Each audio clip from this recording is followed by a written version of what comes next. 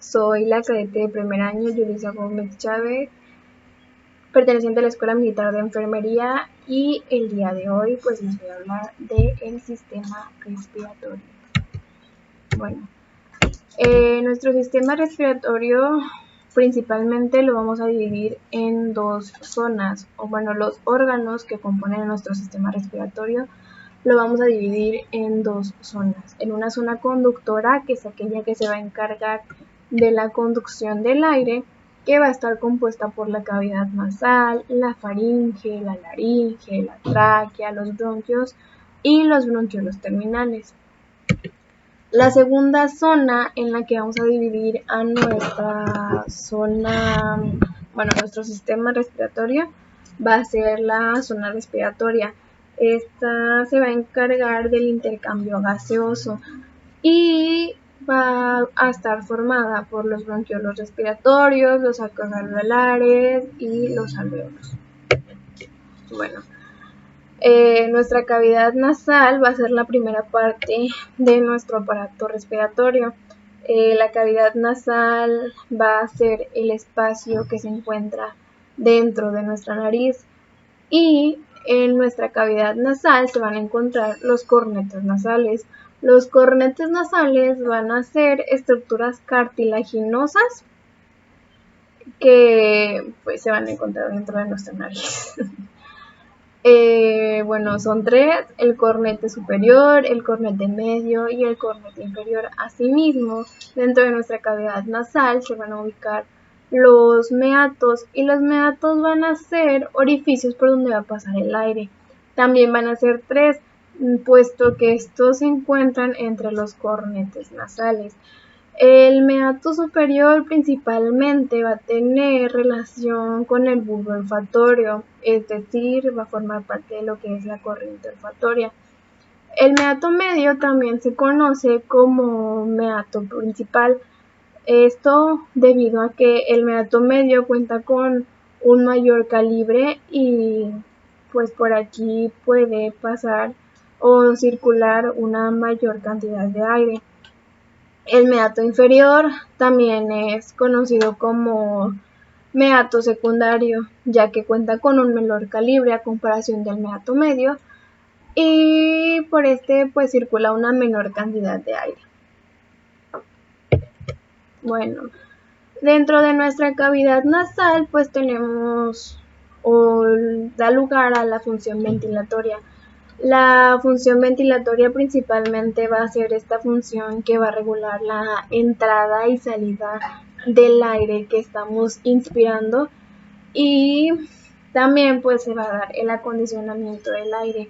El acondicionamiento del aire va a estar regido principalmente por el sistema nervioso autónomo y va a incluir el calentamiento, la humidificación y la purificación de nuestro aire.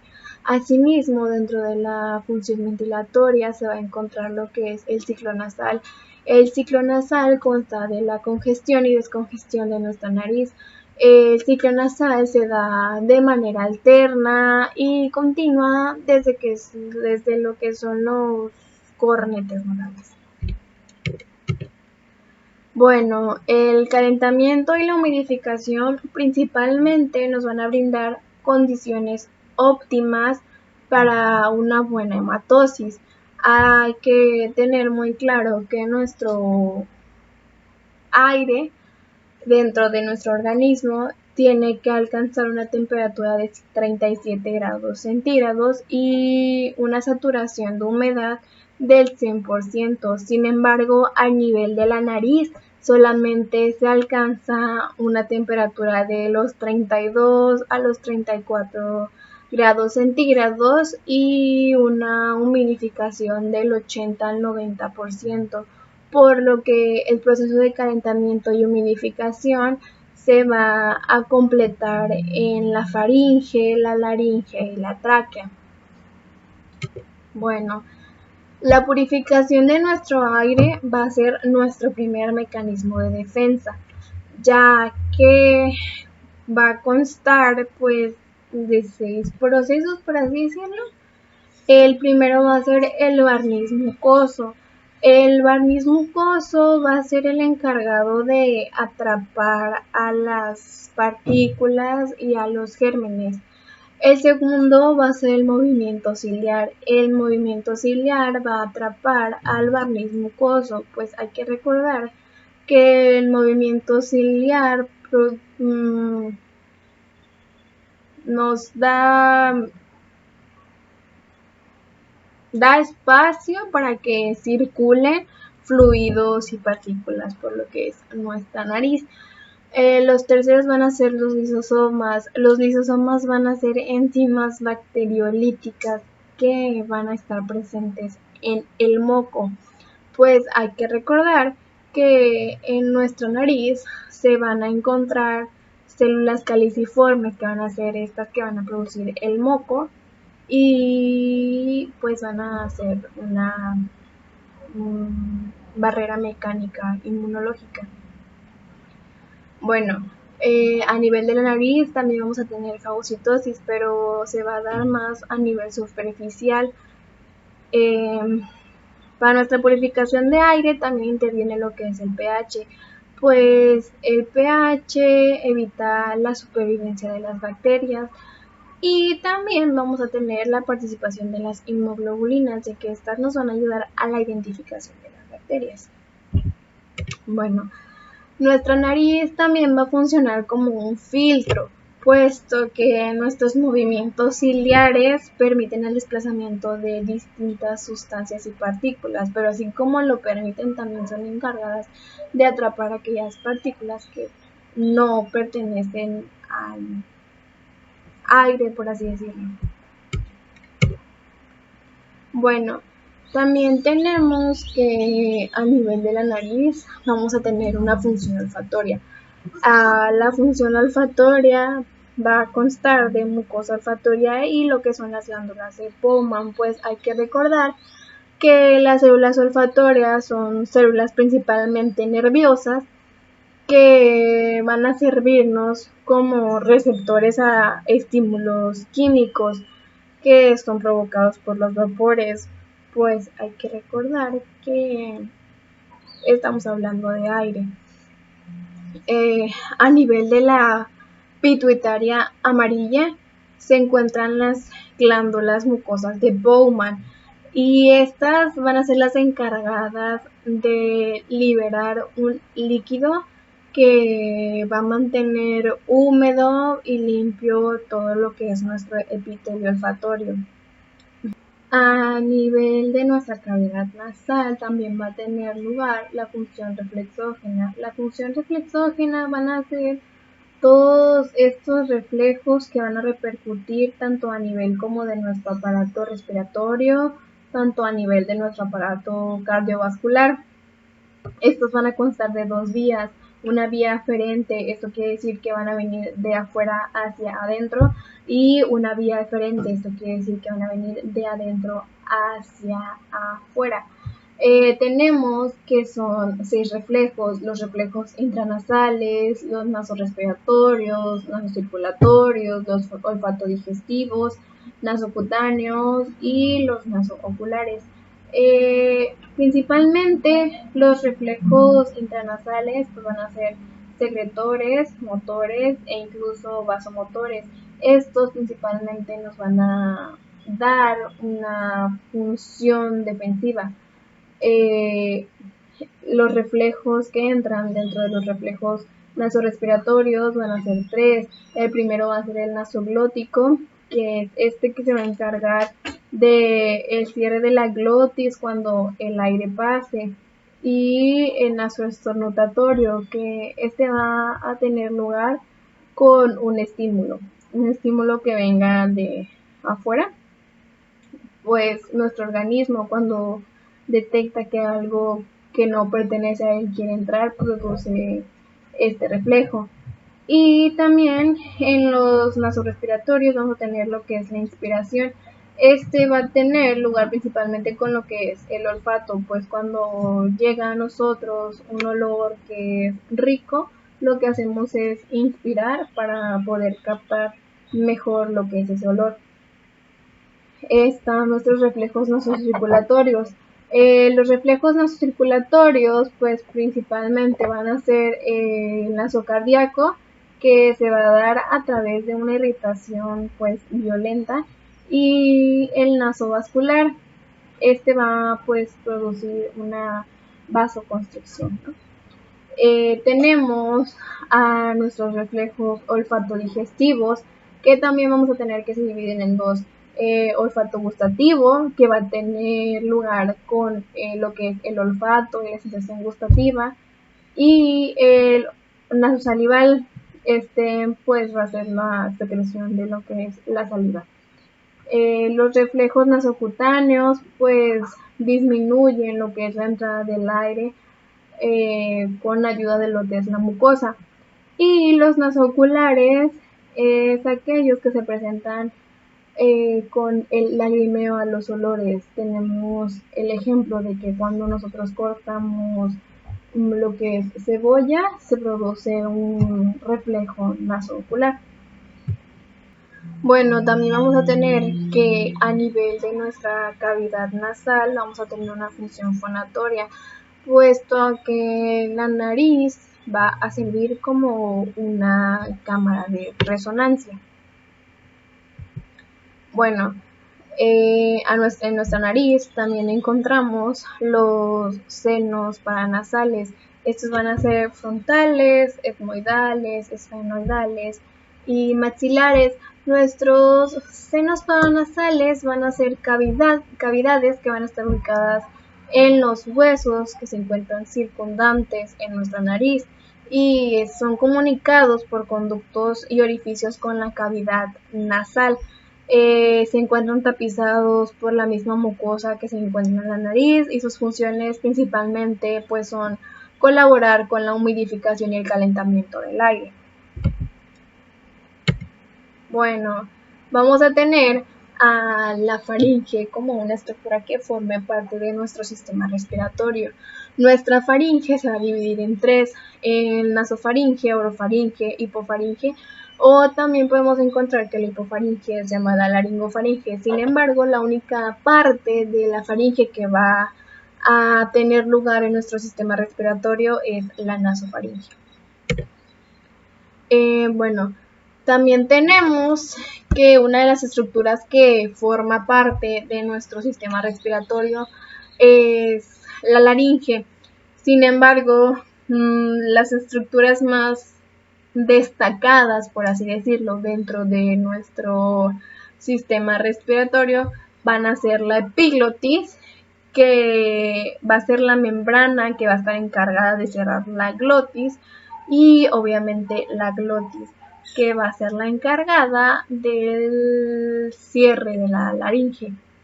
Asimismo, las cuerdas vocales también van a tener una función muy importante dentro de nuestro sistema respiratorio, ya que cuando se da lugar a la respiración, las cuerdas vocales pues se encuentran abiertas, y cuando existe la fonación, estas pues se cierran, no dan paso a lo que es el aire.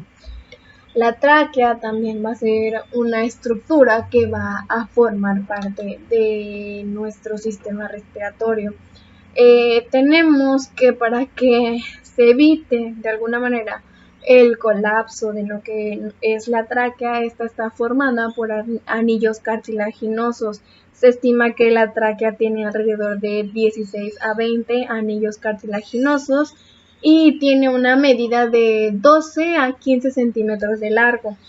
Hay que recordar que cuando la tráquea se bifurca, esta da lugar a los bronquios, y pues está recubierta por una mucosa ciliada, y pues hay que recordar que forma parte de los órganos que se encuentran en la zona conductora del aire, por lo tanto es un órgano conductor del aire. Asimismo, cuando se da lugar a los bronquios, a esa bifurcación se le conoce como una carina.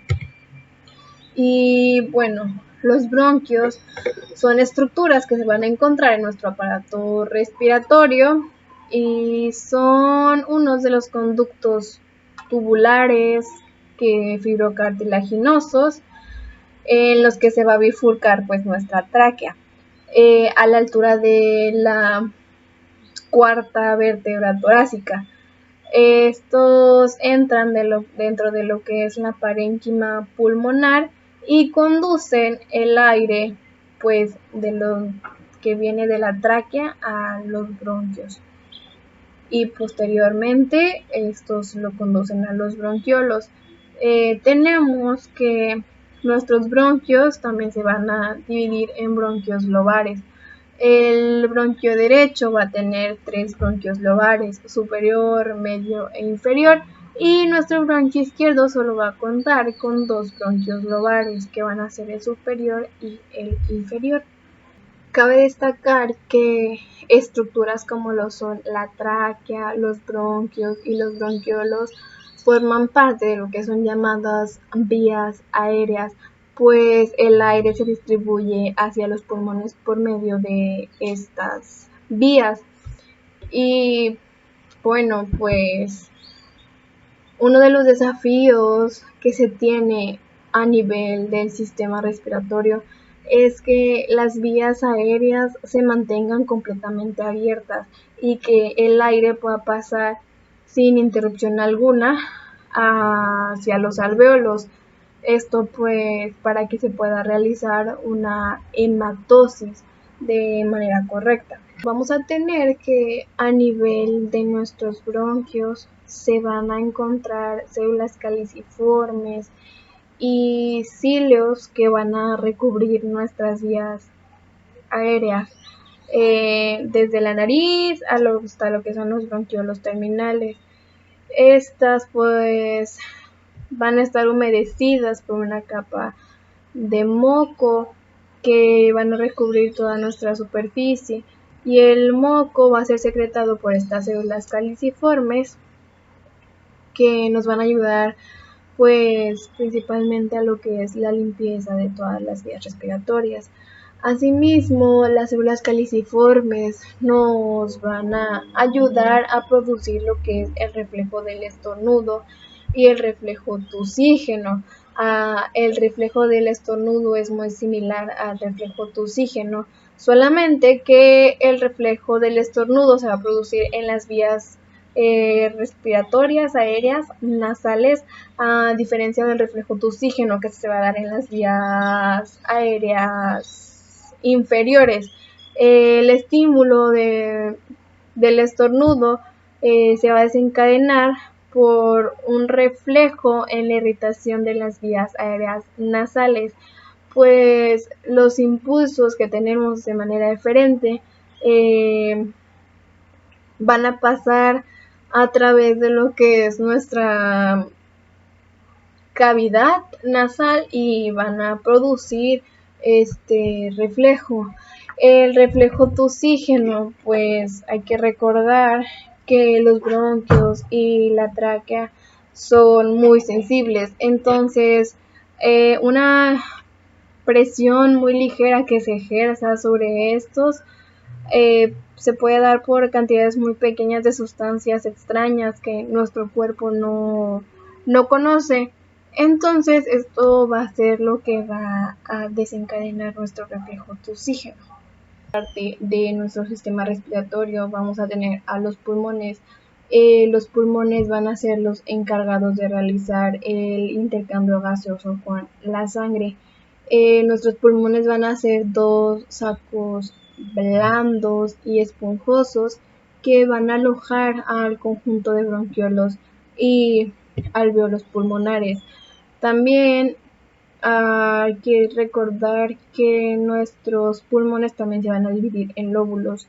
El pulmón derecho se va a dividir en 3 lóbulos, el lóbulo superior, medio e inferior, y nuestro pulmón izquierdo solamente va a tener 2 lóbulos que van a ser el superior y el inferior, dado que de nuestro lado izquierdo se encuentra el corazón y por así decirlo pues se le resta el espacio que esto ocupa. Nuestros pulmones van a tener una medida de 26 por 15 centímetros aproximadamente, y se estima que va a tener una capacidad de 1600 centímetros cuadrados.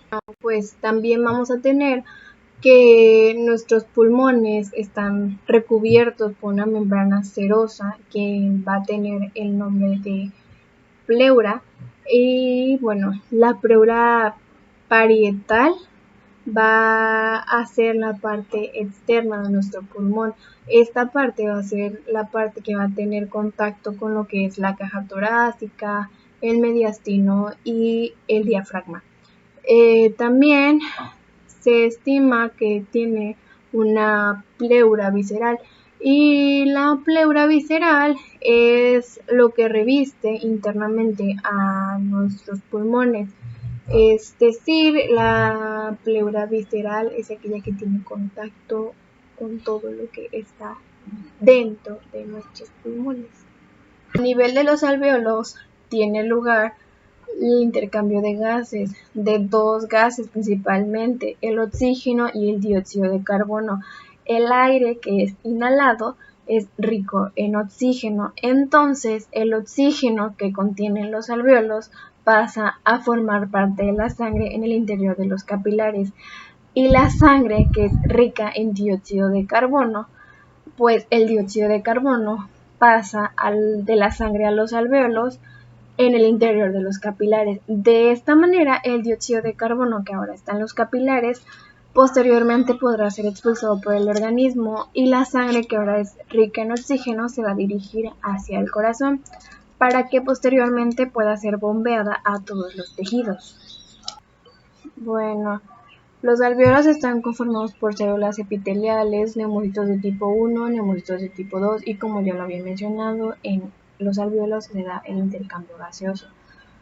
Bueno, pues las células epiteliales son aquellas que nos ayudan a proteger los órganos. Estas, o bueno, algunas de ellas producen moco u otras secreciones para poder brindar este tipo de protección. Ciertos tipos de células epiteliales también presentan vellos mínimos que son llamados cilios, los cuales nos ayudan a eliminar pues aquellas sustancias extrañas. Las células que forman las paredes de los alvéolos pulmonares son los neumocitos, y tenemos neumocitos de tipo 1 y neumocitos de tipo 2. Los neumocitos de tipo 1 también son llamadas células alveolares planas. Estas pues revisten la mayor parte de la superficie de los alvéolos y pues hacen que de alguna manera sea posible que los gases se difundan a través de estas células y pasen a la sangre capilar. En cambio, los neumocitos de tipo 2 contienen una serie de vacuolas llamadas citosomas, donde almacenan el surfactante pulmonar.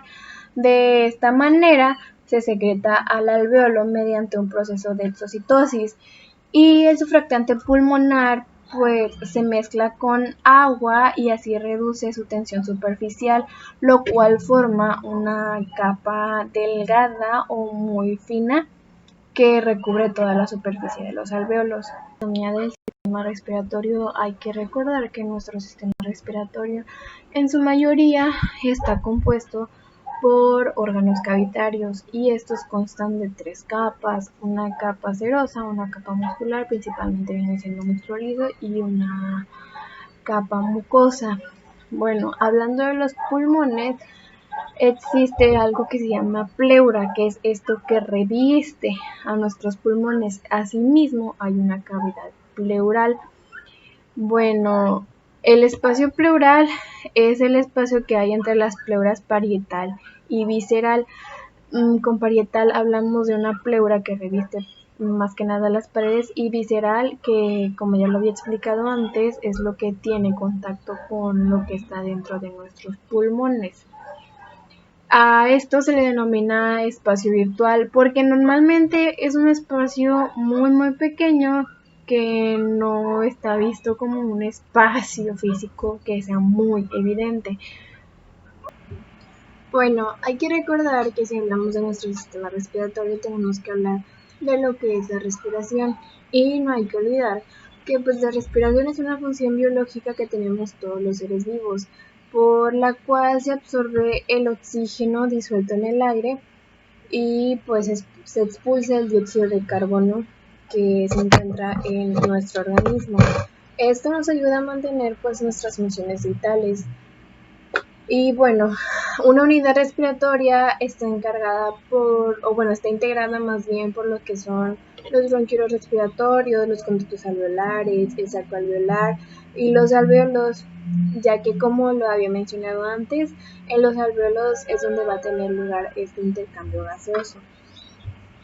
Aquello que compone a nuestra respiración es muy importante, puesto que una de las funciones principales de lo que es la respiración pues es proporcionar oxígeno a los tejidos y retirar el dióxido de carbono. De esta manera pues los 4 componentes que se van a ver involucrados en la respiración son la ventilación pulmonar, la difusión de oxígeno, el transporte de oxígeno y la regulación de la ventilación.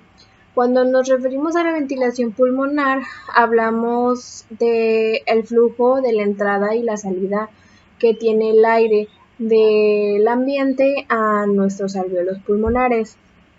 Cuando hablamos de difusión de oxígeno, también hablamos de la difusión del dióxido de carbono entre los alvéolos y pues lo que va a hacer la sangre.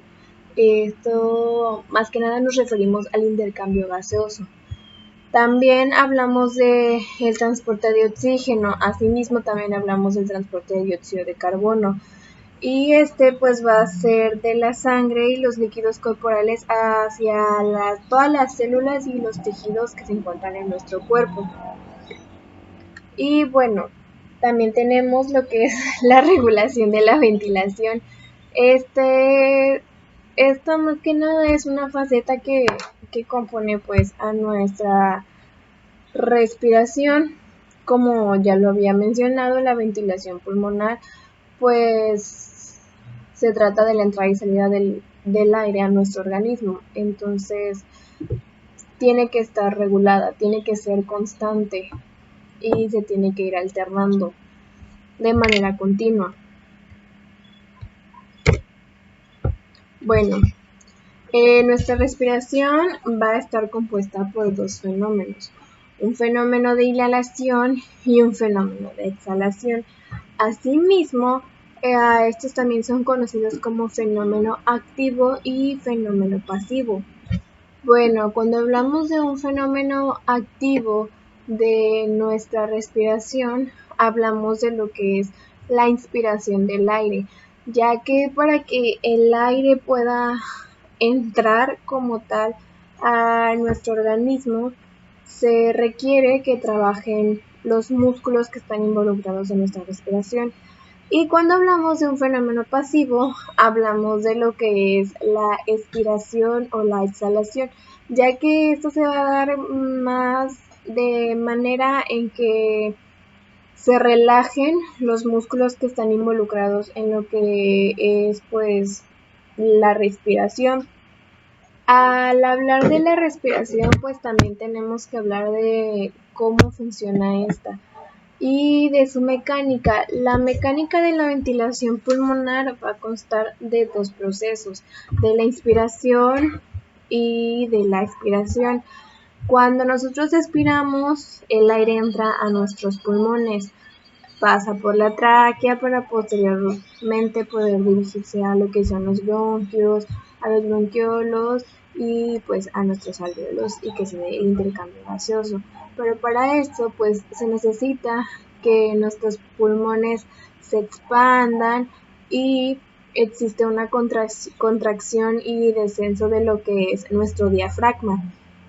Asimismo también hay una contracción de los músculos pectorales menores y de los músculos intercostales. Como ya lo había mencionado antes, nuestra inspiración forma parte de un fenómeno activo en la que se ve involucrado la contracción de los músculos. Asimismo, el proceso de la expiración también forma parte de la mecánica de la ventilación pulmonar y este se da cuando el aire sale de nuestros pulmones. De la misma manera, de los alvéolos va a dirigirse a los bronquiolos, posteriormente a los bronquios y pues a lo que es la tráquea para que pueda salir. Más que nada, este es un fenómeno pasivo, ya que pues se da cuando músculos como el diafragma se encuentran en una relajación. Asimismo, los músculos pectorales menores y los músculos intercostales se relajan, y es cuando el aire puede salir de nuestro organismo.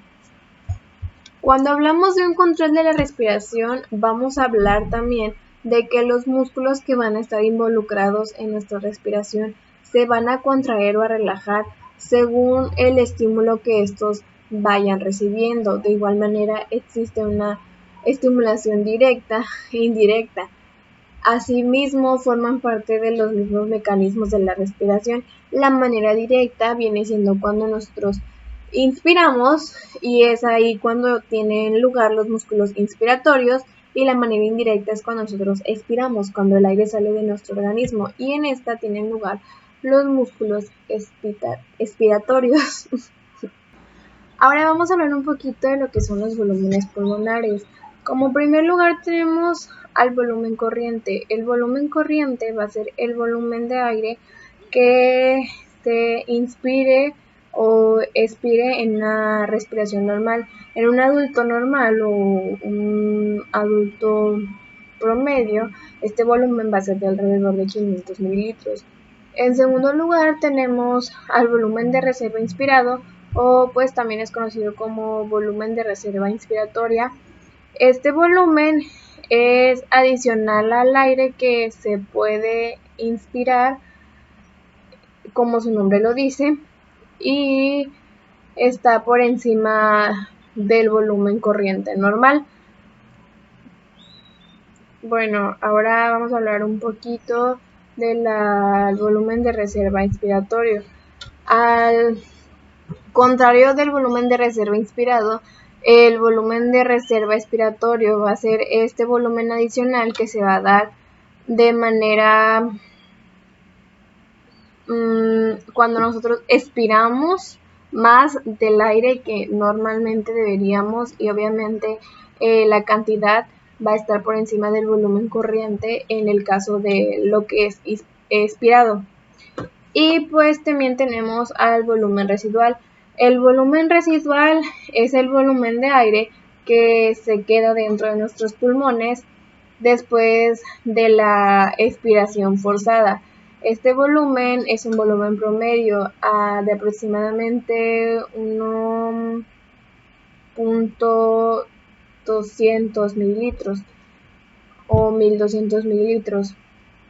Bueno, cuando hablamos del volumen corriente, hablamos de cuando una persona respira normalmente, ¿no? De lo que hacemos con una expiración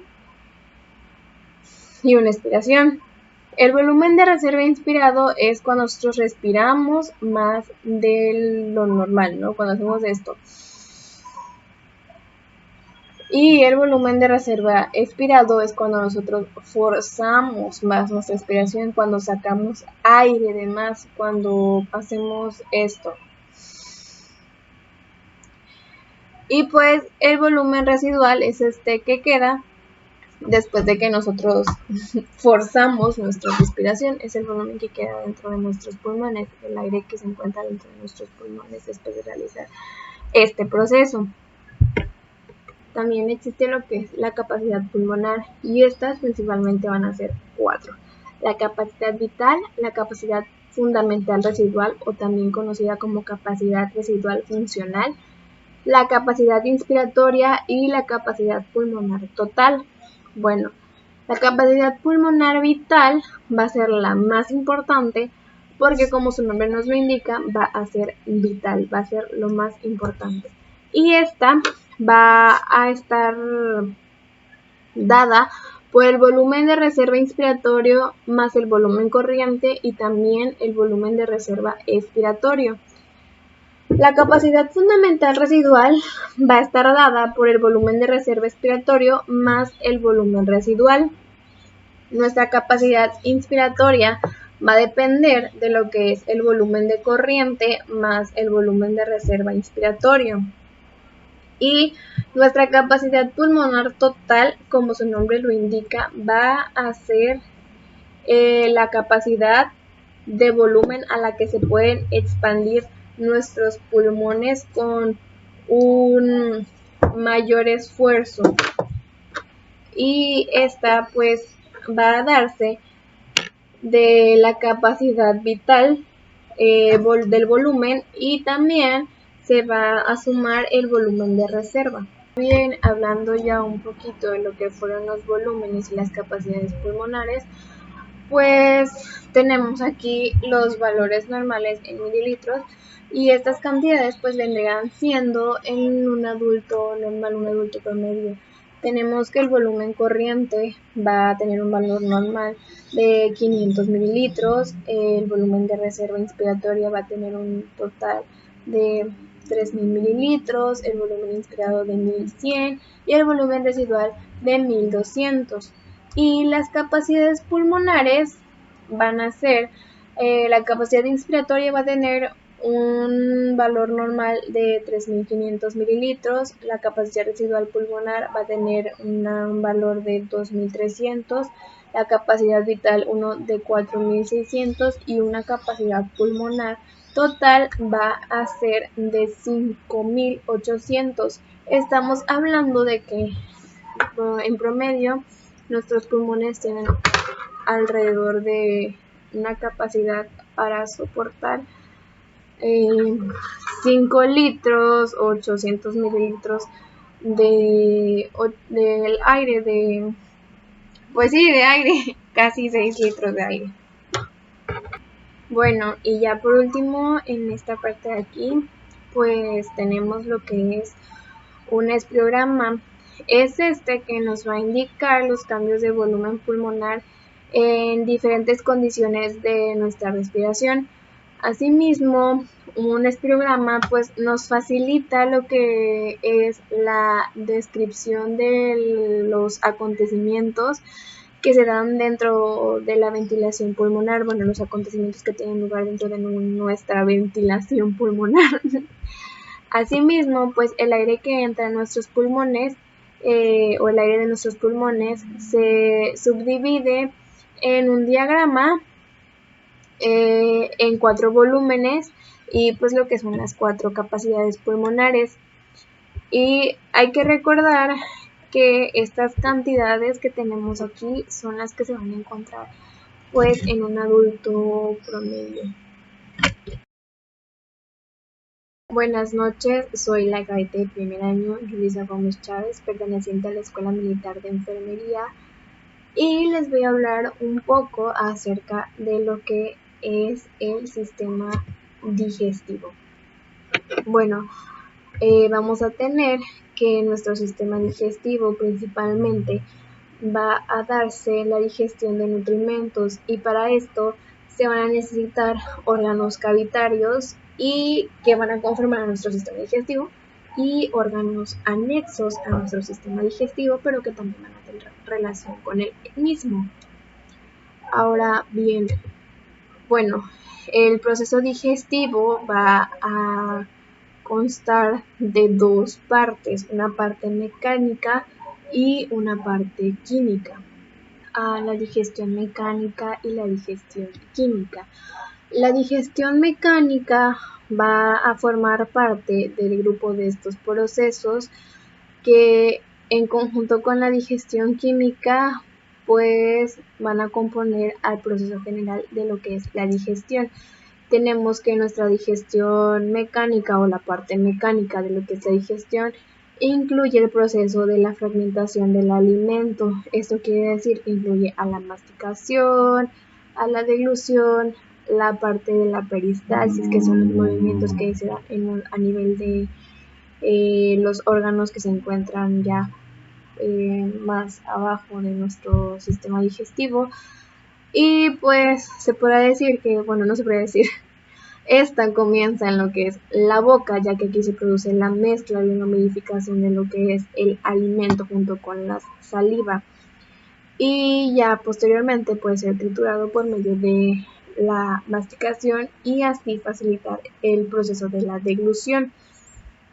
En conjunto con nuestra digestión mecánica también trabaja nuestra digestión química, y la digestión química va a ser la descomposición química, como su nombre nos indica, de los alimentos. En esta van a tener lugar enzimas que van a ser secretadas por el estómago, secretadas en lo que es la boca, y pues también se encuentran a nivel de lo que son los intestinos. En la digestión química, pues las grandes moléculas de lo que vienen siendo nuestros alimentos se van a descomponer en pequeñas moléculas, en moléculas más pequeñas.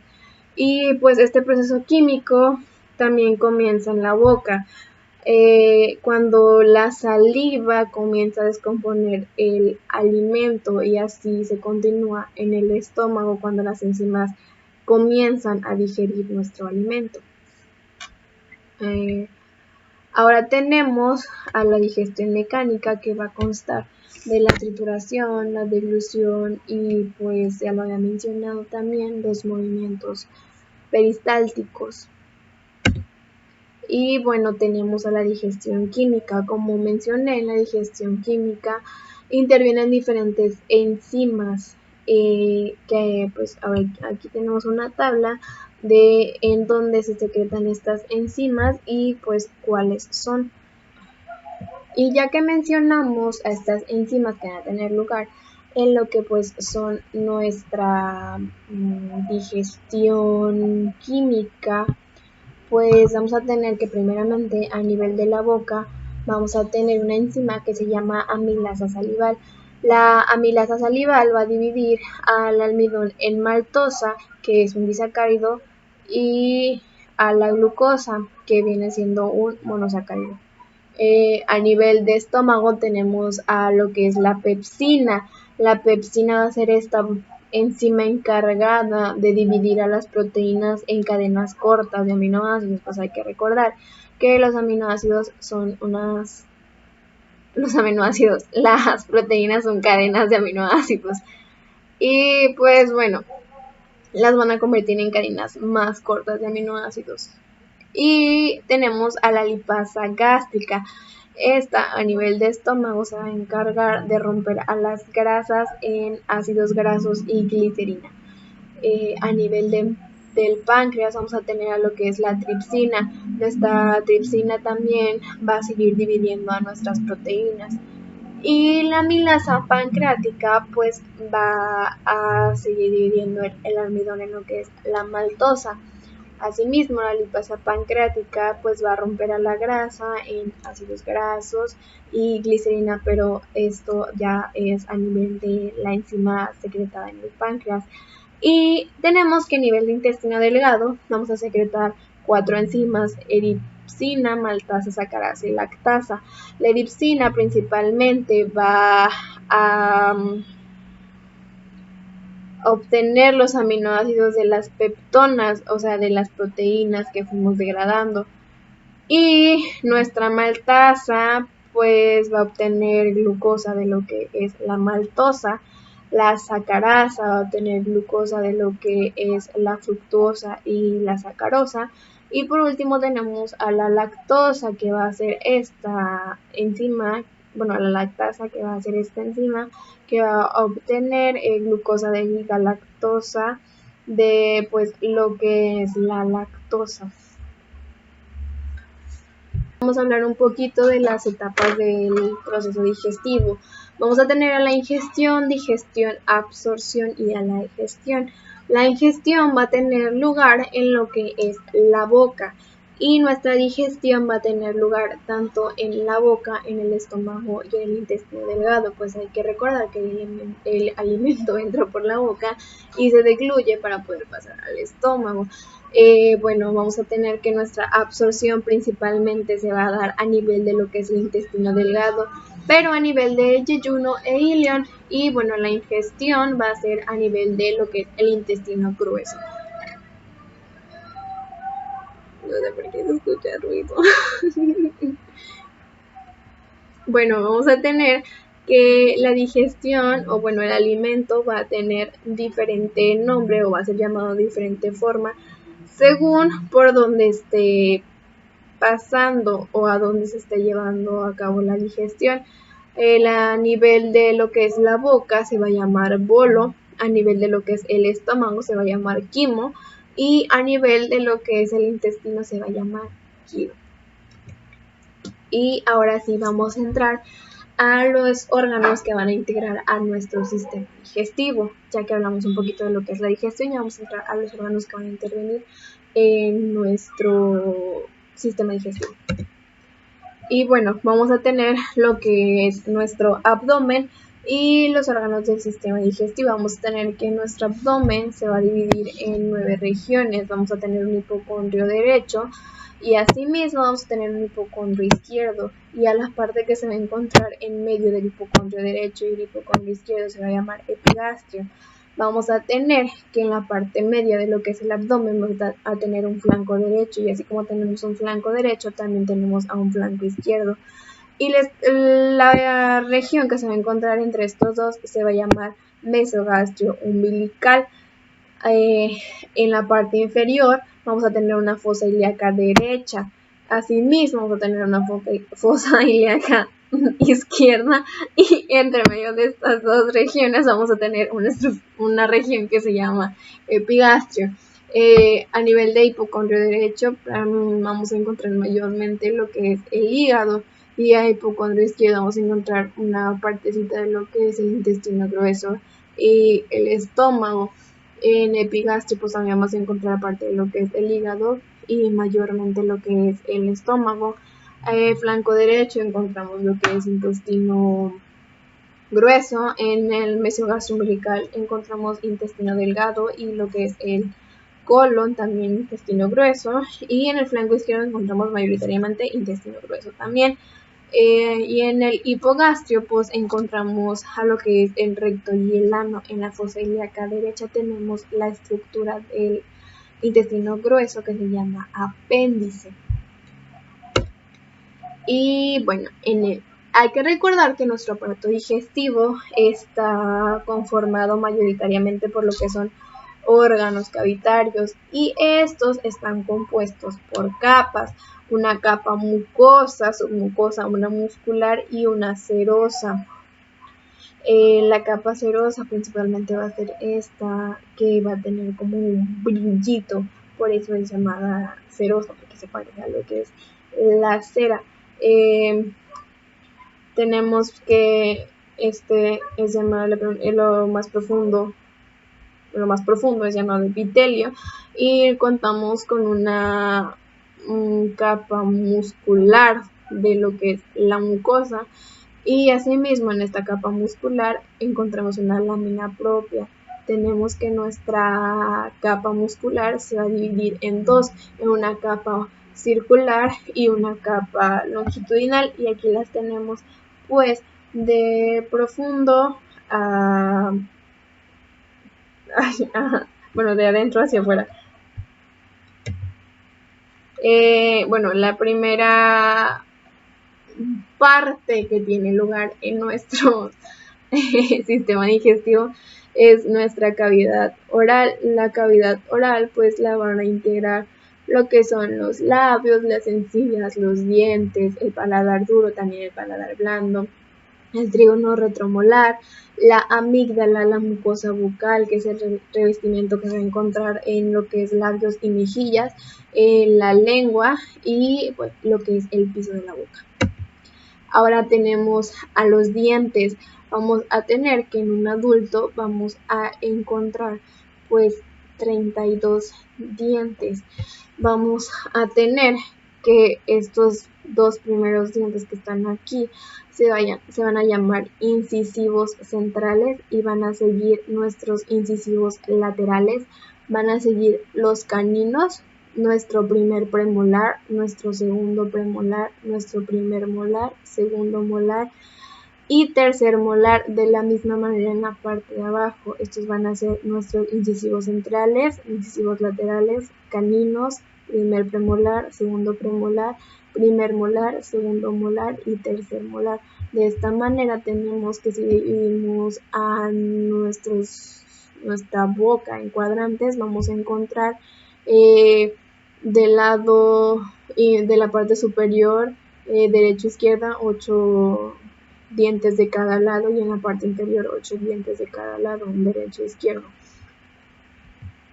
Y bueno, vamos a hablar un poquito de lo que es la lengua. La lengua pues forma una parte importante de nuestro sistema digestivo, ya pues que en estas tenemos a lo que son las papilas gustativas y vamos a tener que van a ser de 3 tipos: papilas foliadas, calciformes y fungiformes. Principalmente las papilas calciformes son llamadas calciformes porque tienen forma de lo que es cáliz de una copa, y las papilas fungiformes son llamadas fungiformes porque tienen una forma de hongo. Asimismo, vamos a tener que nuestra lengua va a constar con botones gustativos, y aquí interviene lo que es el sentido del gusto. Vamos a tener que nuestro botón gustativo va a constar de axones aferentes, que es un estímulo que va a venir de afuera hacia adentro, y en este botón gustativo vamos a encontrar lo que son microvellosidades, gustativos, las células gustativas, células basales, y aquí vamos a crear sinapsis, obviamente pues porque contienen axones. Y bueno, tenemos a las regiones del gusto. Vamos a tener lo que es la punta de la lengua, vamos a tener recepción de lo que es el sabor dulce en los costados a lo salado. En la parte posterior de la lengua vamos a tener al amargo, y en el centro de la lengua, en la mayor parte de la lengua, vamos a tener un sabor que es conocido como umami, que tiene más que nada un sinónimo con lo que es rico o delicioso. Asimismo, tenemos que los salados se van a encontrar en esta parte de la lengua. Y ahora vamos a hablar de las glándulas salivales. Bueno, vamos a tener 3 glándulas salivales: una glándula sublingual, una submandibular y una glándula parótida. Y bueno, las glándulas salivales principalmente pues van a producir lo que es saliva, y aquello que va a contener nuestra saliva van a ser agua principalmente, iones de cloruro, bicarbonato, moco, lisosimas, enzimas, entre otras sustancias. Vamos a tener que para la secreción de la saliva van a intervenir unas células que van a ser llamadas células acinares. Las células acinares pueden ser de 2 tipos: pueden ser cerosas, que van a secretar un fluido, o pueden ser mucosas, que van a secretar una saliva más espesa, y asimismo al ser mucosas nuestra saliva va a ser más rica en mucina.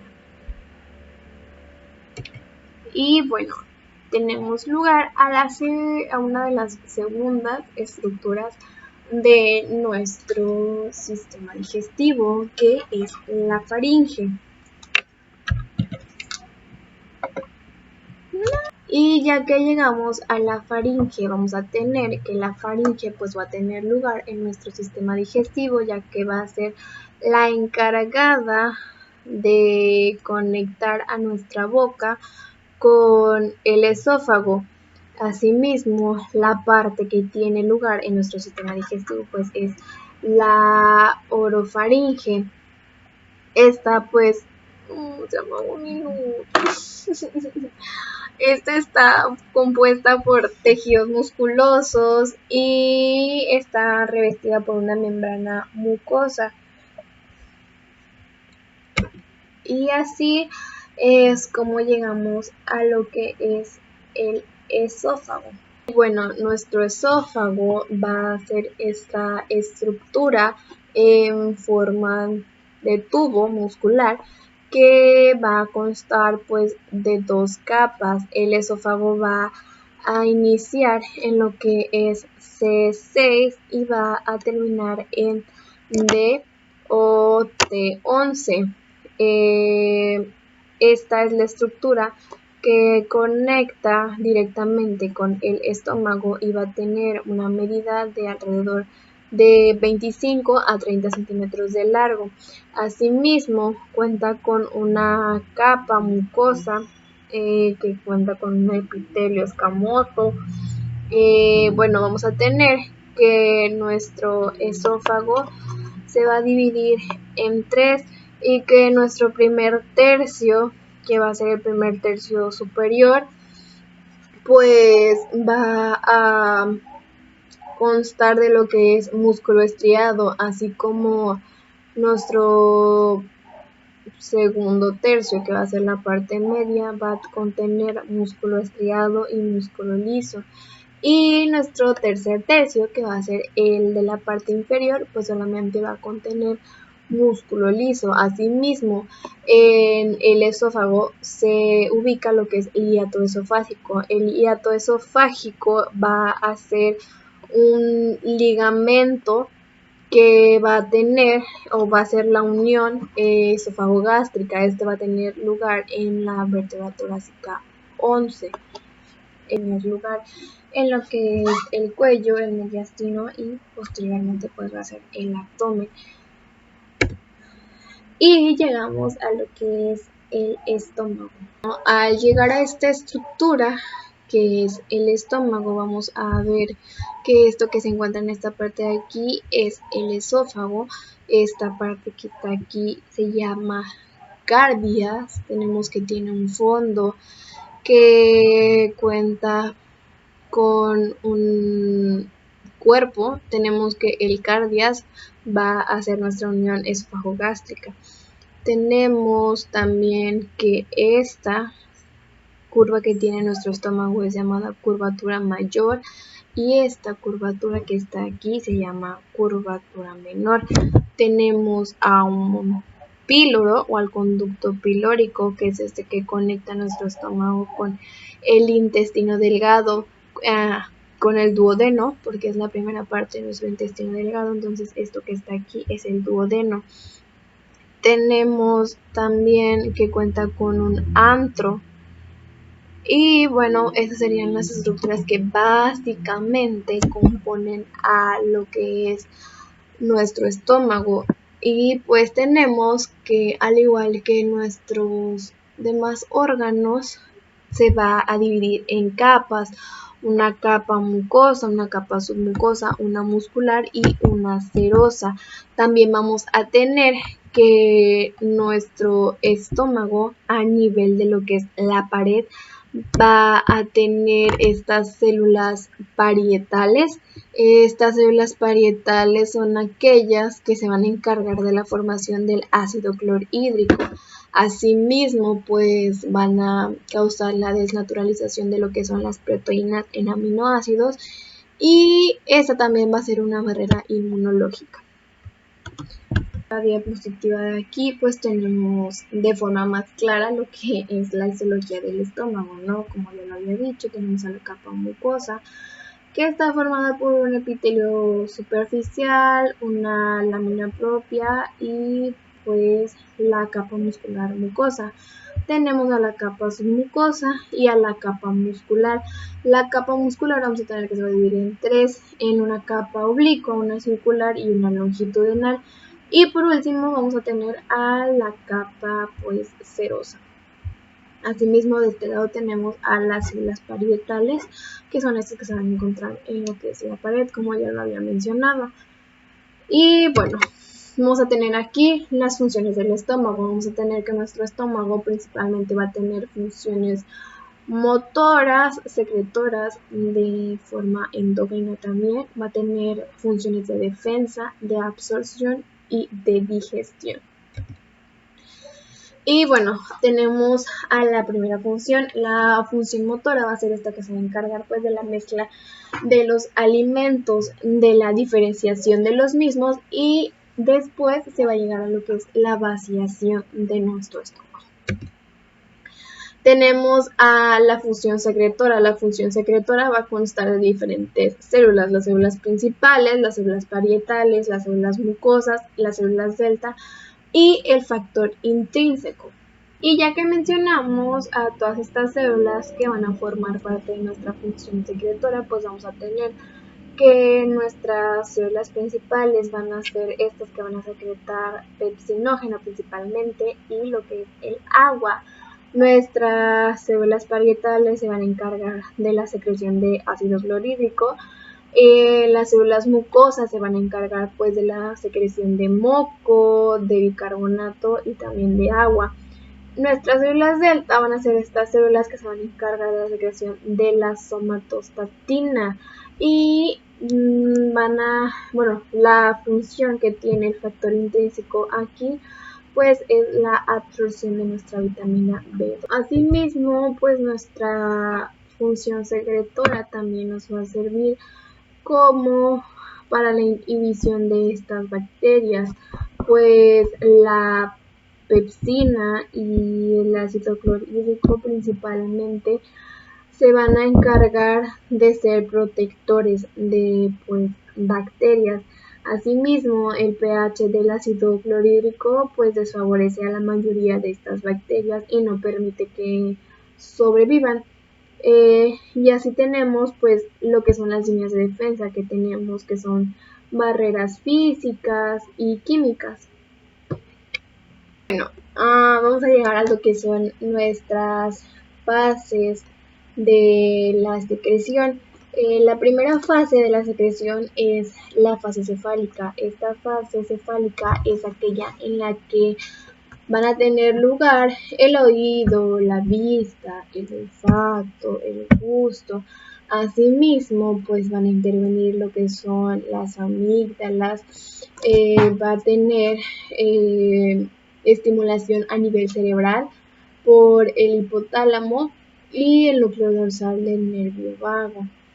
Vamos a tener que en esta fase gástrica se lleva a cabo alrededor del 50 o 60% de la fase de la secreción pues normal y principalmente está estimulada por el sistema parasimpático.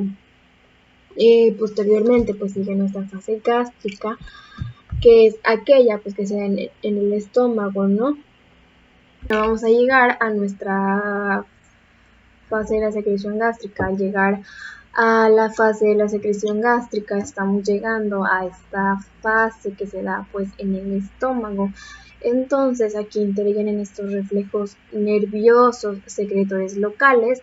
Asimismo pues hay reflejos por parte del nervio vago y también tenemos la estimulación de la gastrina y de la histamina para posteriormente poder pasar a la digestión intestinal, que es esta en la que intervienen aquellos mecanismos nerviosos y los mecanismos hormonales. Cabe destacar que muchas de las bibliografías solo nos manejan como fase de la secreción a la fase cefálica y a la fase gástrica, no siempre se incluye pues nuestra fase intestinal. Sin embargo, pues yo le quería dar la importancia a la fase intestinal. Y ahora llegamos a lo que son los órganos anexos de nuestro sistema digestivo. Llegamos a lo que son el hígado y las vías biliares. Bueno, tenemos que nuestro hígado va a tener funciones de catabolismo, metabolismo, de biotransformación, de almacén y también aquí se va a dar la producción de la bilis.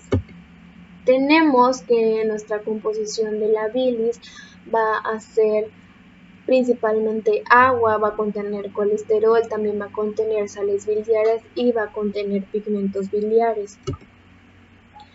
Y bueno, tenemos a la vesícula biliar. La vesícula biliar va a ser esta estructura que se va a encargar de guardar la bilis hasta que pues sea secretada. Asimismo, nuestra vesícula biliar cuenta con un cuello, un cuerpo y un fondo. Y tenemos a nuestro páncreas. El páncreas va a ser una glándula tanto de secreción exócrina como endocrina. En este caso pues necesitamos que sea de secreción exócrina porque no su contenido que va a secretar tiene que ir sobre las mucosas del estómago y no al torrente sanguíneo. Entonces tenemos que nuestro páncreas va a estar conformado de lo que es una cabeza, un cuello, un cuerpo y pues una cola. Y así llegamos al intestino delgado. El intestino delgado pues se va a dividir en tres, en el duodeno, en el yeyuno y en el ileón. Vamos a tener que nuestro intestino delgado va a estar compuesto por tres capas que van a ser una, bueno, no son tres porque es mucosa muscular, son 4 capas. Va a ser una capa mucosa, una submucosa, una muscular y una serosa. Vamos a tener que la capa muscular pues se va a dividir en circular y longitudinal. Y llegamos a lo que es el duodeno. Vamos a tener que a nivel de duodeno todavía no es lo que va a hacer el duodeno, no va a tener absorción todavía, sino nuestro duodeno todavía va a tener una fase de digestión, ya que es la primera parte del intestino delgado y es aquella que se conecta directamente pues con lo que es el estómago.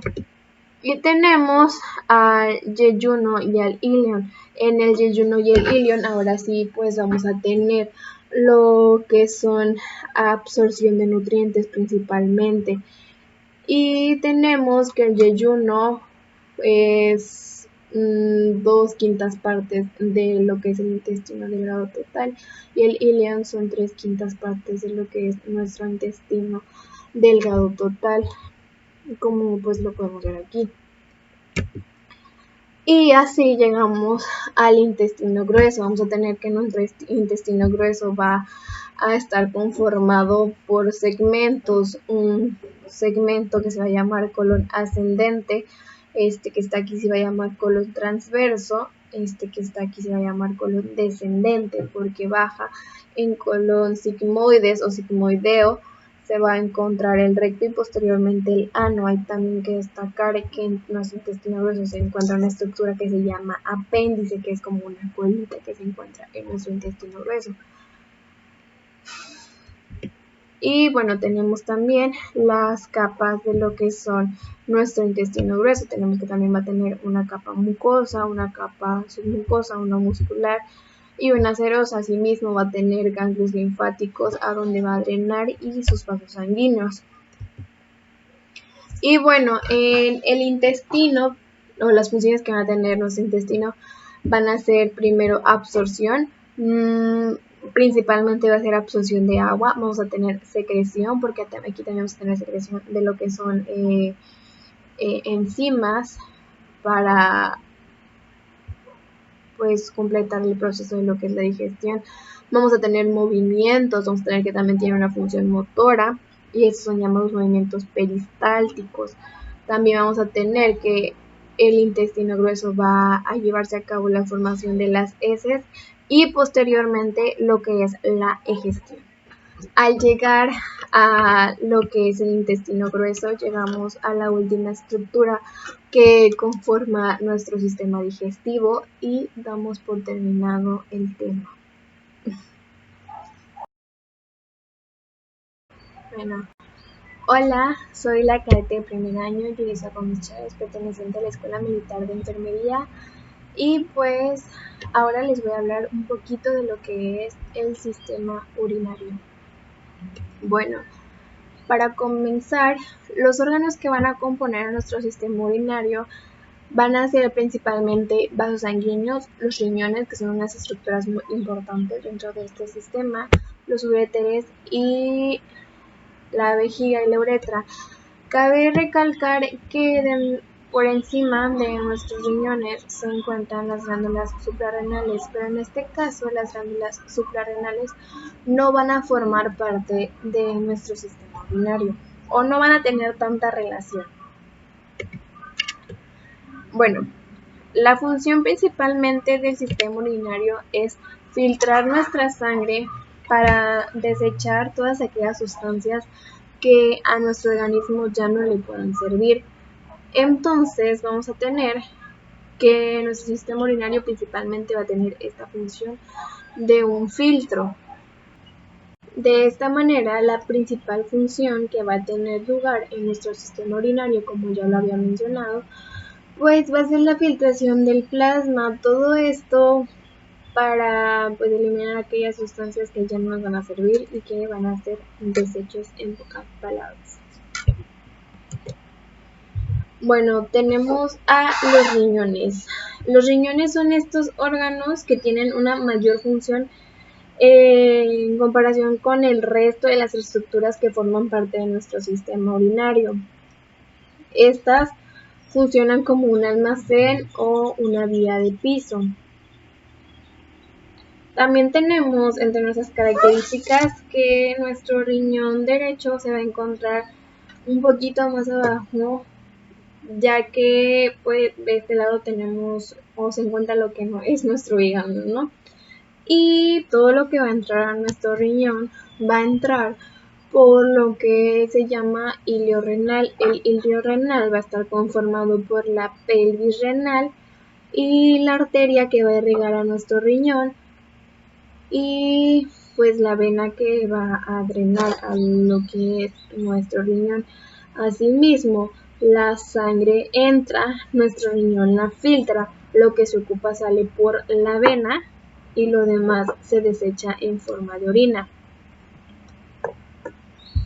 Bueno, vamos a tener que nuestro riñón va a tener características de que miden de 10 a 12 centímetros de largo, tiene un espesor de 3 centímetros y un ancho de 5 a 7 centímetros aproximadamente.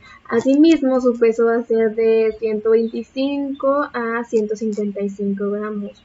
Todo esto es pues de manera aproximada, ¿no? También vamos a tener que poseen un borde cóncavo y pues el hilo renal que ya mencioné, mira hacia el lado medial.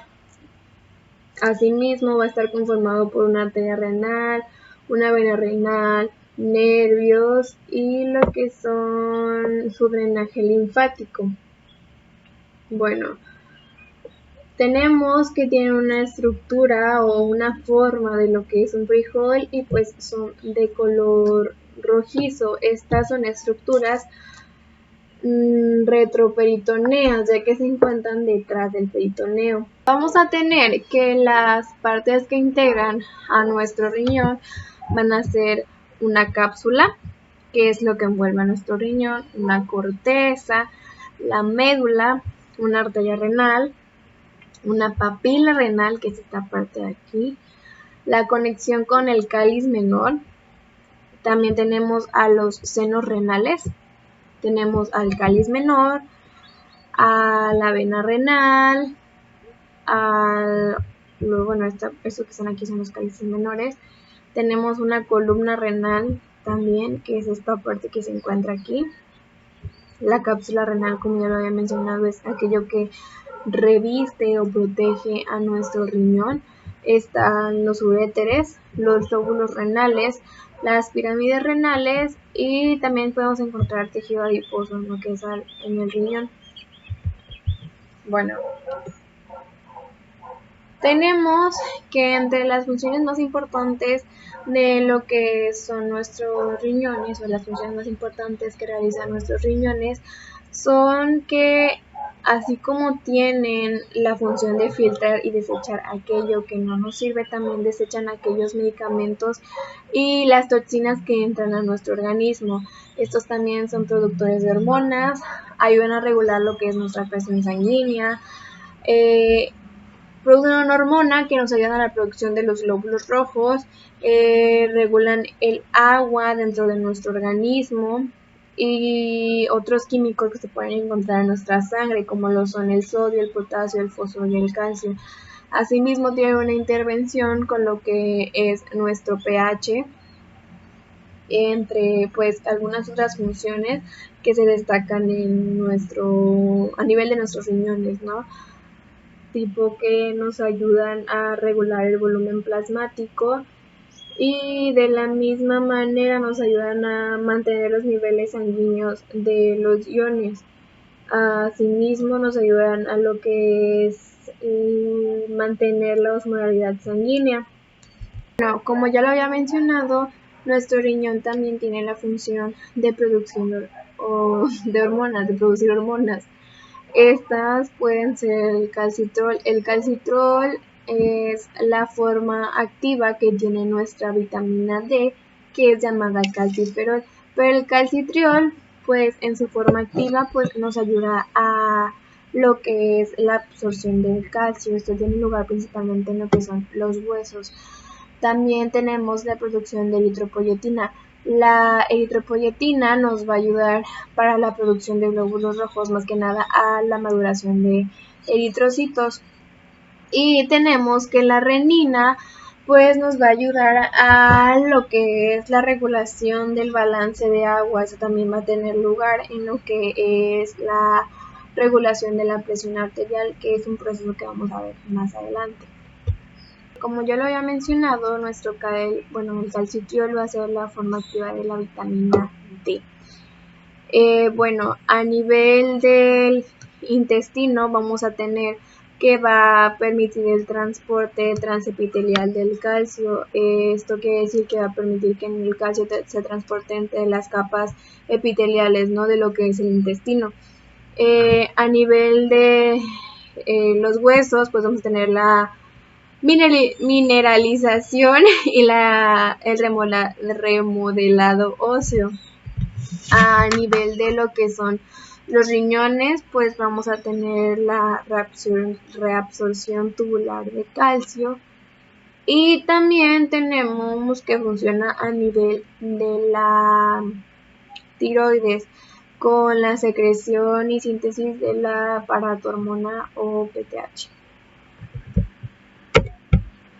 Bueno, la eritropoyetina principalmente nos va a servir para lo que es la producción de los glóbulos rojos, como ya lo había mencionado antes, ya que esta va a ayudar a lo que es que se dé la orden de que se maduren los eritrocitos. Todo esto, pues, para regular la producción de glóbulos rojos de la sangre, y con ello pues también se regulen todos los procesos biológicos que están relacionados con la formación de energía. Como otra de las hormonas que se producen a nivel de nuestro riñón, vamos a tener a la renina. Como ya lo había mencionado antes, pues la renina va a tener lugar en la regulación de lo que es el balance de agua, por lo tanto también va a tener lugar en la regulación de la presión arterial, y esta más que nada hace su función en un sistema que se llama renina-angiotensina-aldosterona, que más adelante vamos a poder explicar. Bueno, por aquí podemos ver los que son los principales vasos sanguíneos que se van a encontrar en nuestro riñón. Tenemos que tiene una arteria renal, una vena renal, arterias segmentarias, arterias y venas arciformes y arterias y venas intralobulares. Asimismo, pues tenemos este lado un poquito más grande, ampliado lo que son las arterias y venas axiformes, y tenemos un poquito de lo que es la unidad anatomofuncional de nuestro riñón, que es la nefrona. Bueno, como ya lo mencioné hace un momento, la nefrona va a ser nuestra unidad anatomofuncional del riñón. Bueno, nuestra nefrona va a constar de un glomérulo, una arteria o arteriola eferente y una aferente. Una eferente que va a ir de adentro hacia afuera y una aferente que se va a dirigir de afuera hacia adentro. Asimismo, estas llegan al glomérulo.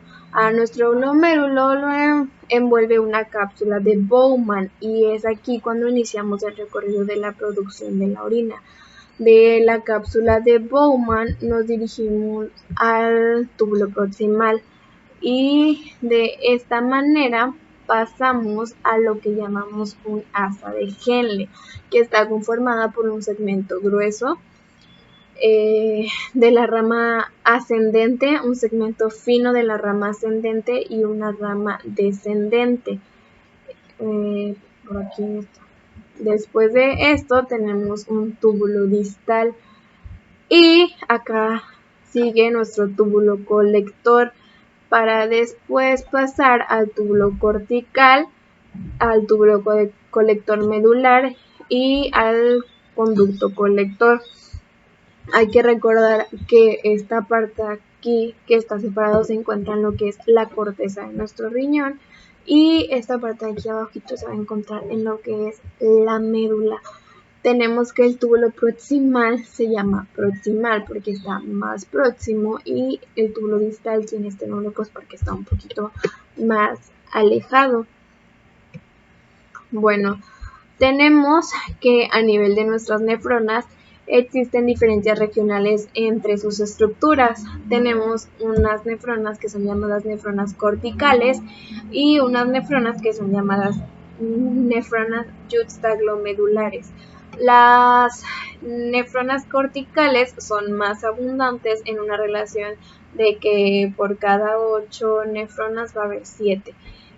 Sus asas de Henle van a ser más cortas y van a carecer de vasos rectos que son una diferencia esencial, ¿no? Vamos a tener que nuestras nefronas corticales van a tener una tasa de fijación glomerular menor, bueno, a comparación de nuestras nefronas yuxtaglomedulares, que son menos abundantes en relación a una de cada 8 nefronas. Tienen asas de Henle más largas, tienen una tasa de filtración glomerular mayor y poseen también, bueno, estas poseen vasos rectos, ¿no? De los que nuestra nefrona cortical carece. Asimismo, los vasos sanguíneos que les van a irrigar, pues van a diferir.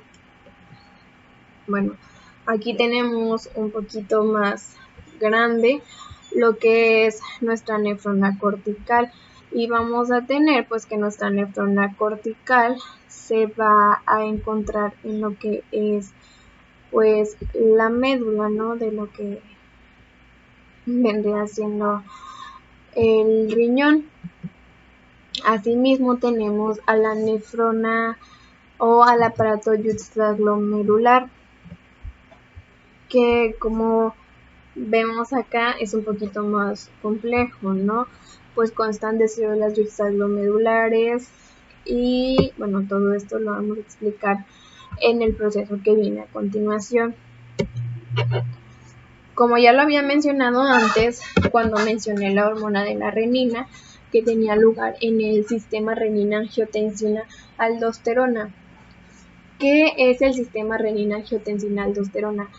Principalmente la función que va a tener nuestro sistema renina-angiotensina-aldosterona va a hacer que nos va a ayudar a la regulación de nuestra presión arterial.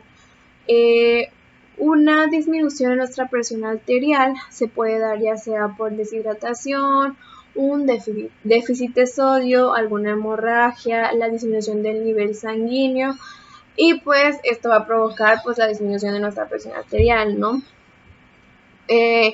Las células yuxtaglomedulares detectan que hay una disminución en nuestra presión arterial y estas producen un aumento en la producción de la renina.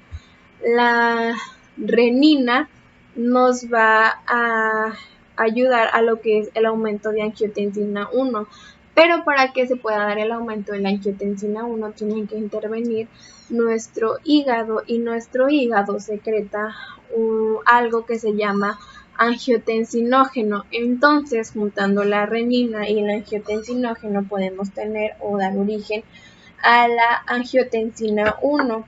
Nuestra angiotensina 1 también va a enviar una señal para que se produzcan enzimas convertidoras de angiotensina. Las enzimas convertidoras de angiotensina se pueden producir en varios órganos, pero principalmente van a tener lugar en lo que son, pues, a nivel pulmonar, ¿no? Entonces, las enzimas convertidoras de angiotensina nos van a ayudar a convertir la angiotensina 1 en angiotensina 2. Y la angiotensina 2 nos va a causar que se aumente la producción de lo que es la aldosterona. La aldosterona tiene lugar de producción o de aumento de producción a nivel de las glándulas suprarrenales. Esto también provoca la vasoconstricción de las arterias.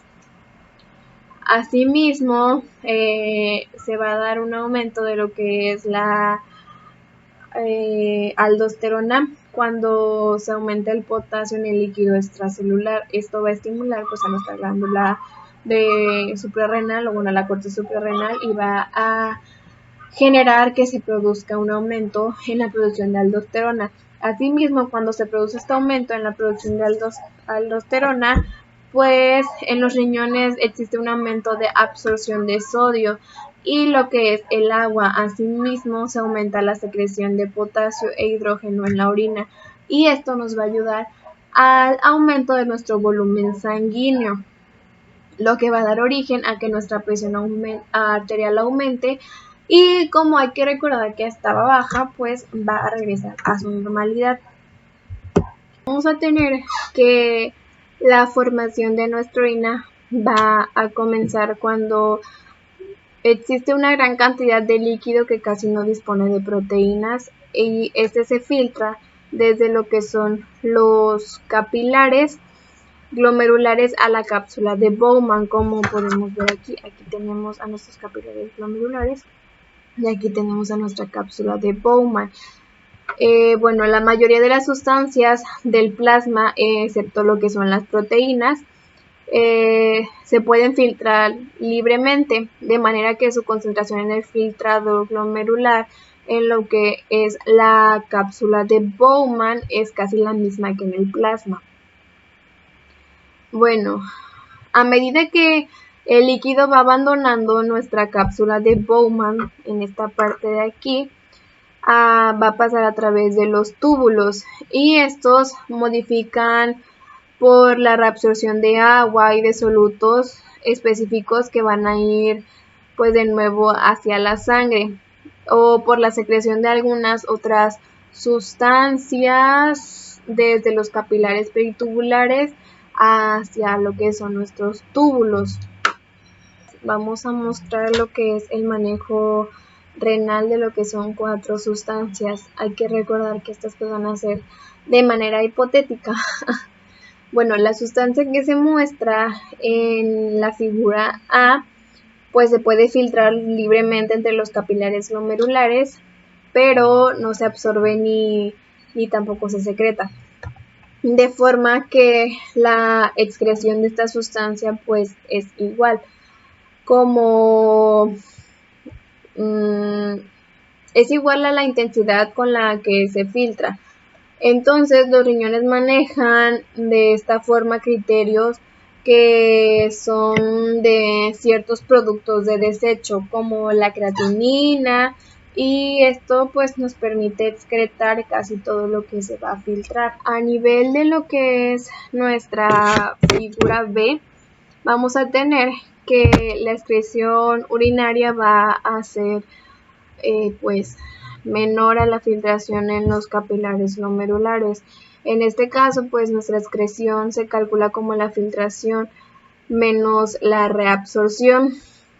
Este patrón va a tener pues muchos de los típicos electrolitos que se van a encontrar en nuestro cuerpo, como lo son iones de sodio y pues el cloruro, ¿no? Bueno, en nuestra figura C vamos a ver que nuestra sustancia se va a filtrar libremente entre los capilares glomerulares, pero no se va a excretar en lo que es la orina. porque toda la sustancia que es filtrada se va a pues a reabsorber, y los túbulos de nuevo los túbulos van a tener lugar porque se va a reabsorber de nuevo a lo que es nuestra sangre. Este patrón pues va a carecer de algunas sustancias que van a ser nutritivas. Nuestra sangre pues va a carecer de lo que es un aminoácidos y pues de glucosa. Esto va a permitir que los aminoácidos y la glucosa se puedan conservar en lo que son nuestros líquidos corporales. Y bueno, en nuestra figura D tenemos que todo se filtra libremente en los capilares glomerulares, pero no se reabsorbe. Al contrario, pues se secreta en cantidades adicionales a lo que son pues estas pues sustancias, ¿no? Estos van desde la sangre capilar peritubular y posteriormente pasan a lo que son los túbulos renales. En este patrón es frecuente que se encuentren ácidos orgánicos y lo que son pues bases. Esto permite que pues se puedan eliminar rápidamente de lo que es nuestra sangre y pues se puedan excretar, ¿no?, en grandes cantidades pues en nuestra orina. Ahora pasamos a esta diapositiva en la que vamos a ver un poquito de qué es todo aquello que se va a filtrar en nuestra nefrona, y tenemos que a nivel de lo que son los capilares glomerulares pues vamos a tener principalmente lo que es la filtración de agua, de nutrimentos y pues los desechos que se van a filtrar a través de pues estos capilares glomerulares, hacia lo que es la cápsula de Bowman en nuestra nefrona. Vamos a tener una reabsorción tubular. Esta se va a dar en el túbulo proximal y aquí pues se va a reabsorber casi todo el agua y los nutrientes para que formen parte de lo que es la sangre. Vamos a tener otra, lo que es la secreción tubular. Esta se va a dar en el lóbulo distal. Los desechos adicionales se secretan activamente desde la sangre hacia lo que es el lóbulo. Y posteriormente vamos a tener lo que es la concentración. Esta tiene lugar en lo que es nuestro conducto colector. Y pues por aquí podría pasar más agua a la sangre, de modo que la orina esté más concentrada que en lo que es nuestra sangre, ¿no? Esto hace que todos nuestros desechos se concentren en lo que son la orina y no en nuestra sangre. Y bueno, vamos a tener que nuestra orina va a constar de ciertas características como lo son el color, la turbidez, densidad, acidez. También vamos a tener lo que es la cantidad y lo que es pues la frecuencia. Bueno, principalmente el color que va a tener nuestra orina va a ser un amarillo pálido o también va a ser un ámbar pálido. Nuestra turbidez de la orina pues tiene que ser clara y va a tener una densidad de 1.05 a lo que son 1.025. También vamos a tener que va a tener una acidez de entre 4.8 a 7.5. Asimismo vamos a tener que no va a contener pues ninguna proteína. Vamos a tener que nuestra composición de la orina va a ser en su 95% va a ser agua, un 2% de nuestra orina van a ser sales minerales y el otro 3% va a estar dado por lo que es la urea y el ácido úrico. Bueno, como ya lo había mencionado, pues la orina también tiene una cantidad y una frecuencia. En la cantidad vamos a hablar de 1200 a 1400 mililitros y en frecuencia vamos a hablar de unas 5 a 6 veces al día de un adulto promedio. Y ahora llegamos a estas estructuras que van a ser nuestros uréteres. Vamos a tener dos uréteres, uno derecho y uno izquierdo. La función principal de los uréteres va a ser el transporte de lo que es la orina desde los riñones hasta la vejiga urinaria. Estos van a tener un diámetro de 3 a 4 centímetros aproximadamente y van a ser de 25 a 30 centímetros de largo. Hay que recordar que constan pues de lo que son 3 capas: una capa mucosa, una capa de músculo y una capa serosa, o lo que es una túnica adventicia. También pues van a estar formados de lo que son tejido conectivo pues fibroso. Estos van a tener un epitelio transicional que va a ser cúbico, cilíndrico, y que cuando pues se dé el paso de la orina se va a aplanar. Los uréteres se van a extender desde lo que es la pelvis renal, que vendría siendo esta partecita de aquí, de entre L1 o L2 hasta lo que es nuestra vejiga urinaria, a lo que es la pelvis menor, como ya lo había mencionado. También hay que recalcar que pues nuestro uréter izquierdo es un poquito más largo, porque ya lo había mencionado antes, nuestro riñón derecho está un poquito pues más abajo. Después de nuestros uréteres pues se va a encontrar lo que es nuestra vejiga urinaria. La vejiga urinaria va a ser una estructura muscular. Esta también va a dar lugar a lo que es el reflejo de la micción. Esta consta también de lo que es un epitelio transicional. ¿Por qué un epitelio transicional? Pues para que pueda dar lugar a lo que es el reflejo de la micción, este epitelio transicional tiene lo que es el lugar ahí, ¿no? También va a ser una barrera osmótica y en ella se va a encontrar el trígono vesical, que va a ser el orificio de la salida de los uréteres más el de la uretra. Asimismo, aquí se va a encontrar un esfínter, un esfínter uretral, por así decirlo, que es el esfínter interno. Bueno, la vejiga pues básicamente va a tener la función de almacenar la orina hasta que se produzca el reflejo de la micción.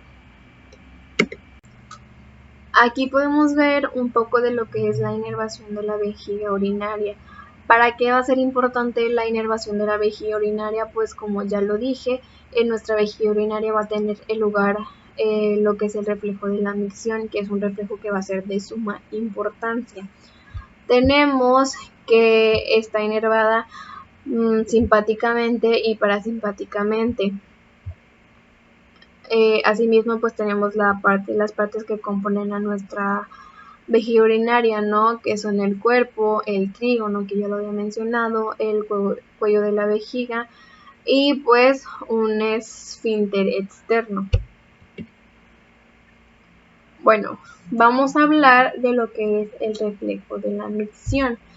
El reflejo de la micción se va a producir cuando este epitelio transicional por el que está compuesto nuestra vejiga urinaria detecte la presión que la cantidad de orina va a pues tener sobre este epitelio transicional, ¿no? Pues hay que recordar que al tener una gran cantidad de orina se va a ejercer una presión y esta presión va a ser lo que va a dar lugar al reflejo de micción. Pues tenemos aquí un poquito explicado lo que es nuestro reflejo de micción y cómo intervienen diferentes músculos en este reflejo de micción. Y también pues tenemos que, como ya lo había dicho, tiene una inervación parasimpática. Entonces una de las respuestas que va a tener lugar en nuestro reflejo de micción va a ser la respuesta parasimpática que va a dar nuestro nervio pélvico. Asimismo vamos a tener un receptor de estiramiento desde el nervio pélvico. Esto se da pues por la presión que la orina va a ejercer. Y así vamos a tener una respuesta somatomotora hacia el nervio pudendo, y todo esto va a dar lugar el reflejo de emisión, que nos van a dar pues las ganas de orinar.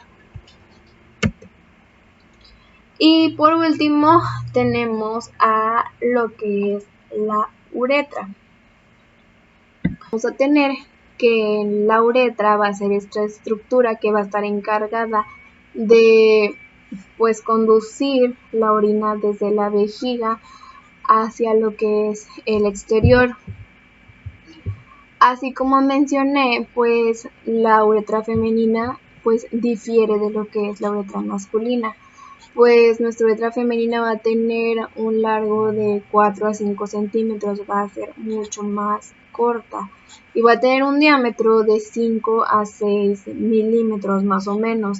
Esta también va a constar de un epitelio transicional, pero este solamente va a estar cerca de lo que es la vejiga. Asimismo también va a contener un epitelio escamoso estratificado no queratinizado.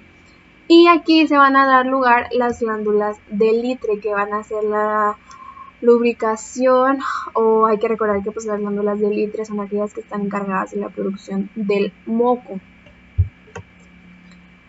Bueno, tenemos a la uretra masculina. Como ya lo había mencionado, la uretra masculina es más larga. La uretra femenina también se divide en lo que es uretra distal y uretra proximal. Sin embargo, nuestra uretra masculina se va a dividir en 3 regiones, que van a ser la uretra preprostática, la prostática y la esponjosa. Nuestra uretra masculina va a tener un largo de alrededor de 15 a 20 centímetros. Es pues más larga en comparación a nuestra uretra femenina.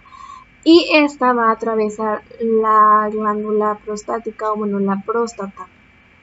Asimismo, nuestra uretra prostática va a tener un largo, o va a ser el largo de 3 a 4 centímetros. La uretra prostática va a tener lo que es el epitelio transicional, y aquí van a desembocar los conductos eyaculadores. Nuestra uretra esponjosa también es conocida como uretra peniana y es la más larga, es la que consta de 15 centímetros de largo. Asimismo, pues es la última parte de lo que es la uretra masculina. Asimismo, tenemos que la última porción de nuestra uretra masculina se va a llamar fosa navicular. Y bueno, habiendo llegado a la uretra, o a lo que, bueno, a la uretra femenina y masculina, también llegamos al final de nuestro sistema urinario, y eso sería todo de mi parte.